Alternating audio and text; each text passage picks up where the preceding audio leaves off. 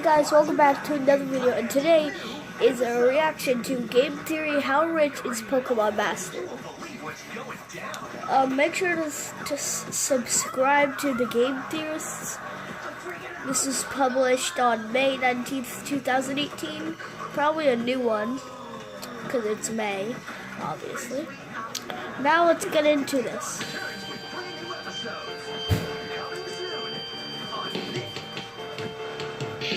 I wanna be the very best, so I can pay my bills.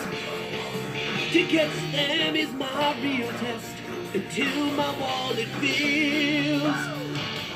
I will travel across the land, can't afford a home.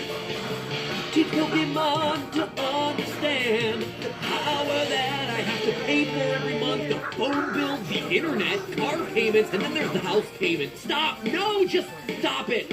Stop the song. I'm just sad now.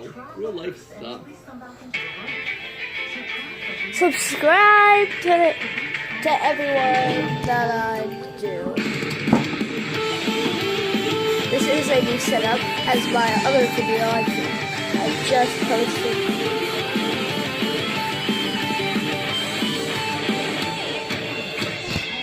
Hello, Internet. Welcome to Game Theory. You know what?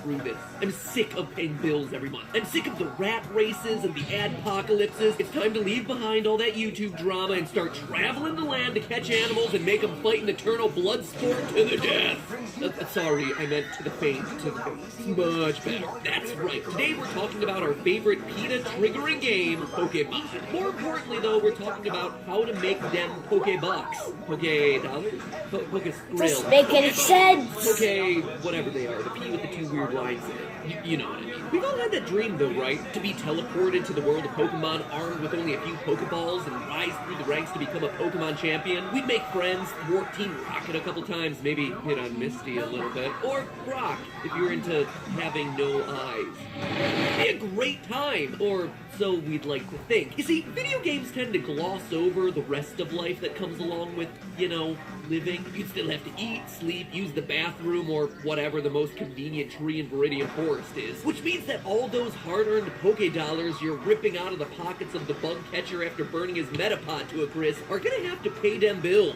So it got me thinking, how rich would you be if you became a Pokemon champion? What do the earnings of a Pokemon master truly look like? That's our question for today, so with that, Pokemon Johto, let's go. Game Freak, the developer behind Pokemon, doesn't give us basically anything for the day-to-day expenses for a Pokemon trader, but they did model a lot of the game's geography and culture to places IRL. I'm sure Gaijin Goomba did something on this in some video in the past. Hey Goomba, give me your notes! Thanks. For a guy with no arms, you throw surprisingly well. So, the regions of Kanto, Johto, and Hoenn are based on the real-life regions of Kanto, Kansai, and Kyushu found in Japan. Unova is based on New York, Kalos is northern France, and Alola is based off Hawaii. We even get hints that this is actually an alternate version of our own world. Parasec's Pokemon entry from Fire Red directly references China. To quote the Pokedex, it scatters toxic spores from the mushroom cap. In China, the spores are used as herbal medicine. This is further shown with the first entry for Lieutenant Surge in the Fame Checker that calls him the Lightning American. So with both China and America confirmed as countries in the game, it seems safe to assume that we can easily compare the cost of living in Pokemon with the cost of living in our own world. That means we need to figure out the exchange rates from Pokedollars to real-life Skrilla to figure out some sort of yearly income. To get the most accurate conversion, we're actually going to be starting by converting Pokedollars to Japan's currency, the yen. The reason that I wanted to start here is that in the original Japanese versions of the games, the currency used is, in fact, yen. And the symbol used is, this. Line, box, line. The kanji for yen. The Pokemon dollar was just created for the English translations of the games. But staying true to its yen roots, it kept the similar symbol, the P with two lines through it, as well as the yen's lack of decibels. But that's not all. We can even get an insanely accurate conversion rate of real yen to in-game yen using the nice, cold, refreshing taste of lemonade. Could have been you, Diet Coke, but you never write me back. Come on, Coke! I need that sweet, brown liquid in my mouth. Phrasing. Throughout every Pokemon game in the series, you can find a vending machine or store selling 3 different drinks: bottled water, soda, and lemonade. These prices are consistent across the entirety of the Pokemon universe, from Pokemon Red and Blue all the way to the newest re-release of Pokemon Ultra Sun and Ultra Moon. What we're most interested in, though, is lemonade, or in the Japanese versions, Miku Suore. Yeah, sounds about right. Line, line, line, line, line, swoop, swoop, line, swoop, Naruto run, one-legged balance, and stupid L. You see, when translating the game, the drink was actually turned to lemonade, but the Japanese versions translate closer to mix-o-lait, which is a French term that translates to mixed with milk. And wouldn't you know it, but you can actually purchase mix-o-lait at Pokemon centers throughout Japan in real life. During one of my last trips to Japan, I actually visited one of these Pokemon centers to sample some of the food. Everything there is so super cute. The Mix-o-Lait, in case you're wondering, is a fruity milk drink that reminds me a lot of lassi, if you've ever had that. It's kind of a watery, fruity yogurt drink. But as you would expect, everything at the Pokemon Center, including the Mix-o-Lait, was super overpriced and totally tourist trappy. So instead, to stay as true to the game as possible, I found that there were vending machines actually selling cans of Mix-o-Lait for the low cost of 150 yen. Compare that to the in-game cost for lemonade at 350 Pokédollars, and we're actually able to get the conversion rate of 2.33 Pokédollars to 1 yen. Basically, what that translates to is 1 Pokédollar equal to just under half of a real-world yen. Or to translate that to dollars, 100 Pokédollars is equal to about 39 US cents. So now knowing that, before we calculate how much we earn as a Pokemon trainer, we should figure out the costs of being a Pokemon trainer. Thanks to Sun and Moon, we know that the Pokemon world functions on the same 24-hour time cycle that our own Earth functions on. Sun shows us that day in the real life is day in-game, and the same with night. So with that in mind, I headed over to HowLongToBeat.com, which is a website that tracks how long to beat games,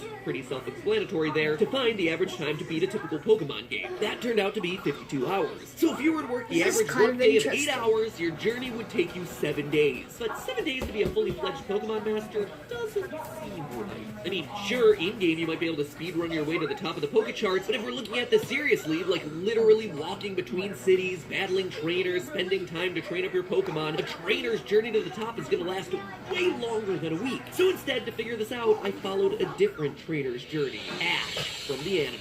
Sure, we all joke that Ash stayed 10 years old for 20 years of the show, but if you stop and look at the narration and context clues, there is in fact a clear passage of time that gives us a sense of how long Ash's Kanto journey takes him. According to Takeshi Shudo, creator of the Pokemon anime, in Pallet Town, the rule is that new trainers begin their journey on April 1st following their 10th birthday. In episode 9, The School of Hard Knocks, we actually hear that Ash has had 2 months of experience and 2 badges. With 2 months of Pokemon experience, you got 2 badges with only 3. Now fast forward to the episode Holiday Hijinks, which, according to official numeration, is episode 39. That puts us at Christmas of Ash's first year as trainer. Another handful of episodes later, we have Princess vs. Princess, which we know is set on March 3rd, because it specifically refers to the celebration of Hinamatsuri, also known as Doll's Day or Girls' Day, a special day in Japan dedicated to celebrating women. That trip to Cinnabar Island for badge number 7 takes place during the early summer, and shortly thereafter, we learn that earning his 8th badge, the Indigo League, is only 2 months later. The Pokemon League only meets once a year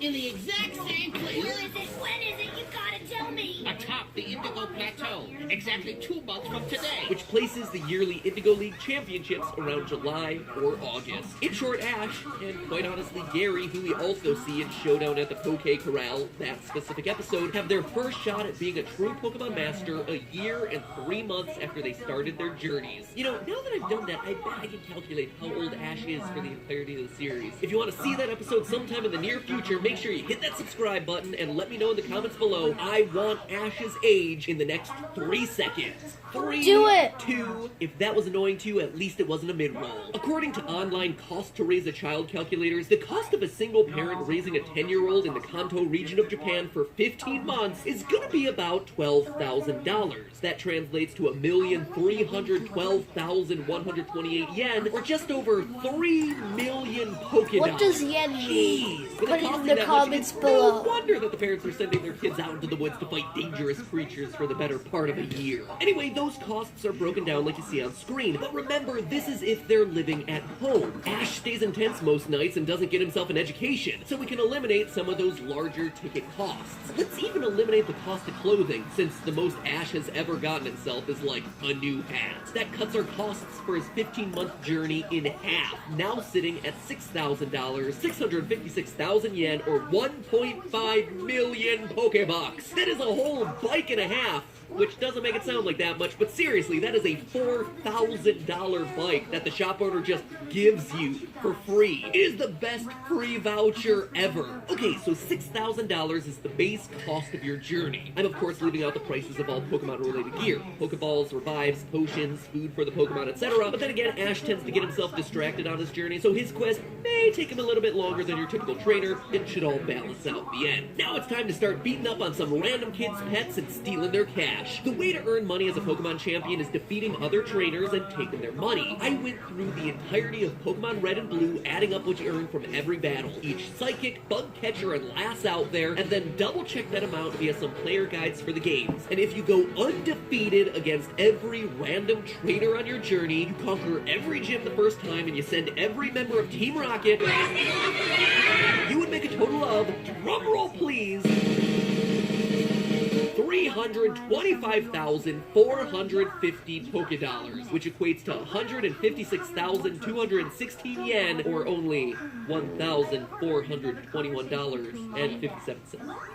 Honestly, I expected it to be much, much higher when putting this theory together. But then I stopped and thought about it, and it actually makes a lot of sense. Just take, for instance, the Elite Four, which should be the most profitable fights in the game. Sure, earning 5,000 Pokedollars per fight sounds great, but not so much when you're shelling out $350 for a Feebas and Lemonade. The Elite Four plus the rival battle gets you a total of 29,799 Pokedollars, which sounds great until you consider that it's only 85 cans of soda from the vending machine. It converts to a whopping $117. And that is the top of the top. We are talking the Elite Flippin' Four. And don't forget, this is just the base adventure. If you're doing the Pokemon journey a second time, I don't think Team Rocket has the turnaround time to take on the Sylph Company every week. Plus, Misty isn't going to take you on again if you already have her badge, so if you take out the special events that you most likely wouldn't be able to do again, like the Sylph Company takeover and the gyms, the journey actually pumps out significantly less. 187,069 Pokedollars, or $729.57. Ooh, that is a hefty pay cut. Literally cut in half. And I'm not even including the trainers who aren't gonna fight you again since you beat them so badly the first time. The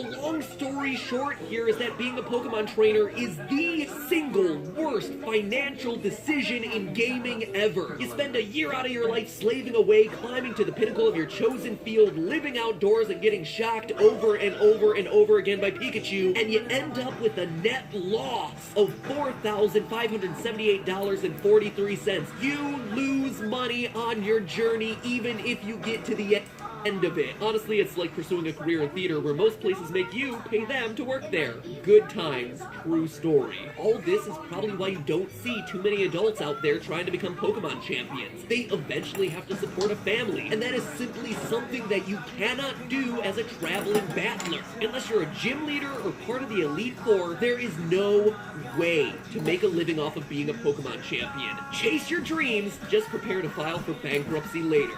But hey, that's just a theory. A game theory. And we didn't even talk about taxes. Don't even get me started on taxes. But now that we've proved that my backup career isn't going to be backing me up quite as much as I hoped it would, I'm going to have to figure out a new way to save up some serious bucks. Luckily, I know about Honey. My favorite free browser extension and the sponsor for this episode is here to save us some cash. Seriously, they save me money on practically everything that I order online, which means my hard-earned Pokedollars can buy more when I'm ordering stuff from places like Amazon, Google Buy, or wherever Snorlax candy comes from. 9 million people, the equivalent of 9